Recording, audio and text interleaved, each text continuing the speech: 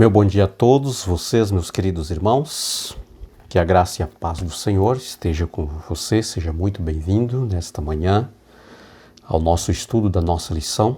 Hoje, segunda-feira, nós temos uma lição importantíssima que tem como título 2 exemplos no Antigo Testamento. Nós estamos estudando esta semana uma lição que é riquíssima em informações a respeito de ressurreições anteriores à cruz. E hoje, segunda-feira, 2 exemplos no Antigo Testamento. Nós temos aqui, queridos, 1 Reis, capítulo 17, e também 2 Reis, capítulo 4. Ambos vêm mostrando dois acontecimentos relacionados à ressurreição. Duas ressurreições de duas pessoas que haviam falecido. Estavam ali naquela ressurreição presente o profeta Elias e na segunda o profeta Eliseu. A primeira delas conta para nós, queridos, que depois de uma grande seca em Israel, através dos juízes de Deus que foi derramado sobre a nação do povo de Israel por 3 anos e meio, ficou sem chover e certamente acabou ali toda a vegetação, a produção de alimentos também foi interrompido devido à seca, e Deus então providenciou um meio para a sobrevivência do profeta Elias, levando ele até uma cidadezinha, um pequeno vilarejo chamado Sarepta, e Deus havia preparado ali uma viúva para que acolhesse ali na sua casa o profeta. Aqui nós temos uma lição importante, queridos. Primeiro, que Deus ele sempre cuida dos seus filhos. Em nenhum momento Deus desampara. Então Deus preparou um lugar ali para Elias, na casa de uma viúva, aonde ali ele poderia comer e beber. Só que quando Elias chega ali, que ele tem a sua primeira conversação com aquela mulher, aquela viúva, ele pede para ela um copo com água, e quando ela está indo pegar a água, diz o texto sagrado da palavra de Deus, que ele pediu para que ela trouxesse também um pouco de pão, e ela disse: olha, eu não tenho, a única coisa que eu tenho na minha casa é um pouquinho de farinha, um punhadinho de farinha, e uma botija com um pouquinho, quase nada de azeite que está terminando. Dá apenas para mim fazer um pão pequeno, para mim, para o meu filho pequeno que eu tenho, e nós vamos comer este pão. Tanto é que eu estou aqui pegando aqui uns gravetos, como ela diz, um pouquinho de lenha para acender o fogo para fazer este pão, e nós vamos comer e esperar o resultado, na sequência que é a falta de comida, e vamos morrer. Era o que lhe aguardava. Ela não conseguia ver mais nada à sua frente, como esperança, a não ser a morte que já estava aguardando. E Eliseu, na verdade, desculpa, meus queridos, Elias disse para ela: não, você faz o pão e traz primeiro para mim. Querido, já era pouco, quase nada. E ainda levar primeiro para Elias, então não ia sobrar nada para ela e para o filho. Mas Elias, naquele momento, estava representando ali a Deus para aquela mulher. Queridos, que nós precisamos oferecer primeiro a Deus. O que é primeiro a Deus? A nossa vida deve ser oferecida a Deus para Ele cuidar da gente.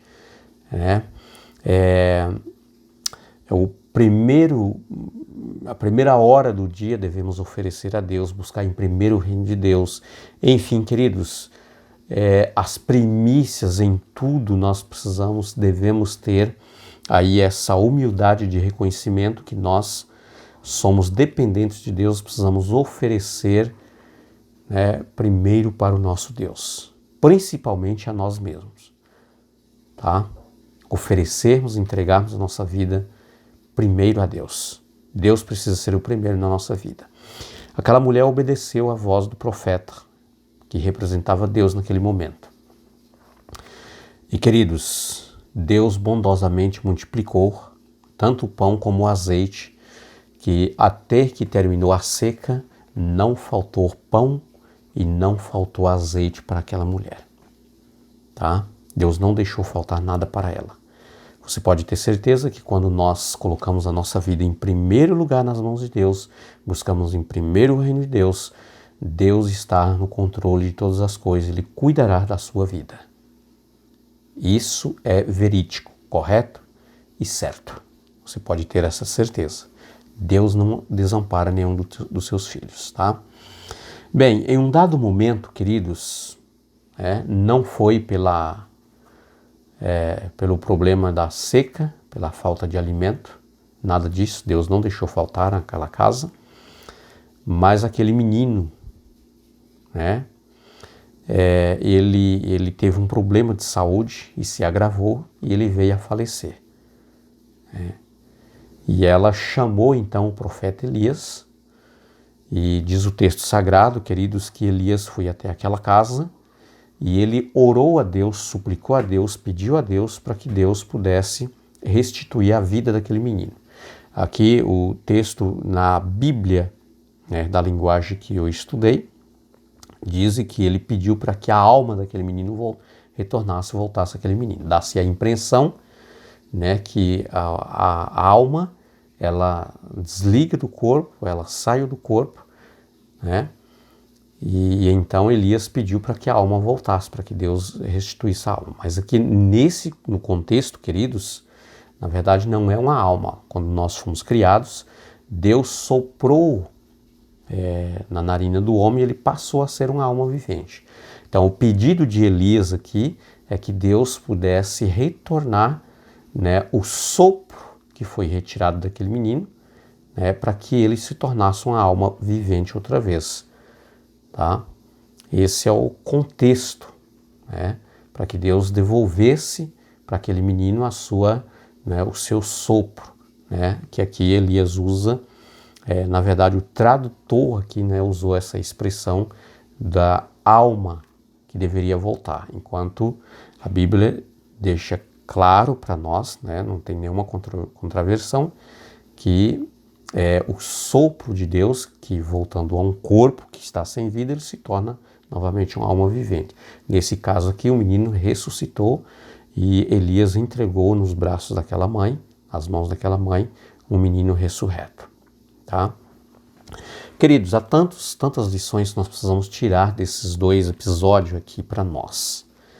Você é um profeta de Deus, uma profetisa de Deus, no contexto da missão que você recebeu, queridos, para ressuscitar pessoas que já estão mortas no contexto espiritual. Quantas pessoas estão à sua volta, que anda, que vive, que trabalha, tudo, mas ela não tem mais vida. Tá? Porque ela não tem esperança, porque ela não tem um sonho, tá? Porque ela não, ela vive uma vida por viver, mas uma vida totalmente sem alegria, sem esperança e sem prazer. Esta pessoa, querido, na verdade, ela está espiritualmente falando morta. E você precisa, como um filho de Deus, uma filha de Deus, com a missão que recebeu de Deus, ressurgir esta pessoa, tá? Para o reino de Cristo. Levando para ela esperança, dizendo para ela que há um Deus que a ama, um Deus que quer o seu bem, um Deus que pode mudar e transformar a vida dela. E são centenas, milhares de pessoas que vivem à nossa volta, vivendo nessas condições. Tá? O outro exemplo que nós temos aqui, em 2 Reis, no capítulo 4, versos 8 a 37, com referência a um outro caso de uma mulher, num vilarejo também, uma sunamita. Essa já não era uma viúva pobre, ela tinha marido, era casada e era rica. Tá? Tanto é que quando Eliseu chegou por ali naquele vilarejo, ela construiu ali no segundo piso, fez um segundo piso, construindo ali um quarto, mobiliando aquele quarto para que Eliseu, todas as vezes que ele chegasse naquela vila, ele tivesse um lugar aonde ele deveria pousar, dormir com tranquilidade e segurança. tá?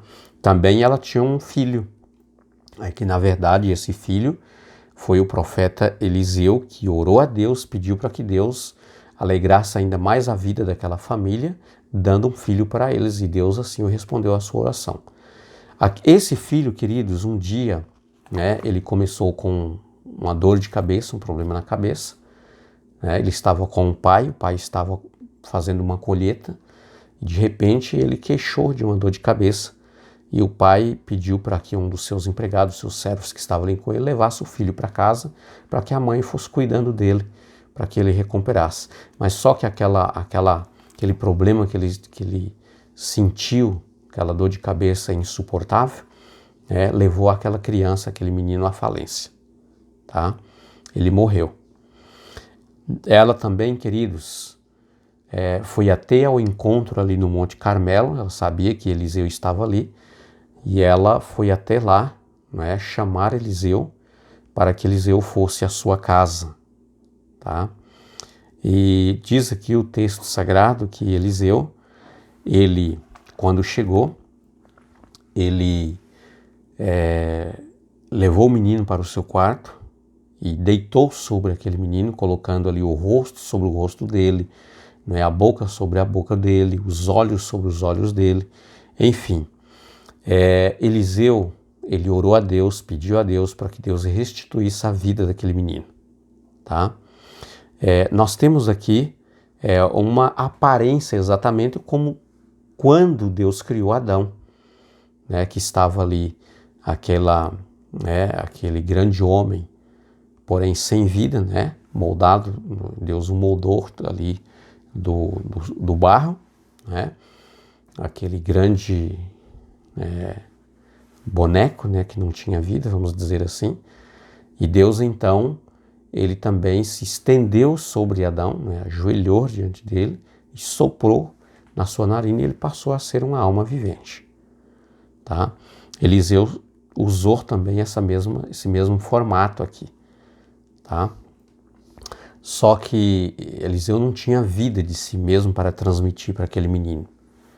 Mas a súplica, o pedido dele foi que Deus pudesse fazer este milagre de ressurreição, retornando à vida daquela criança. E Deus então ouviu a oração dele e Deus o ressuscitou, tá?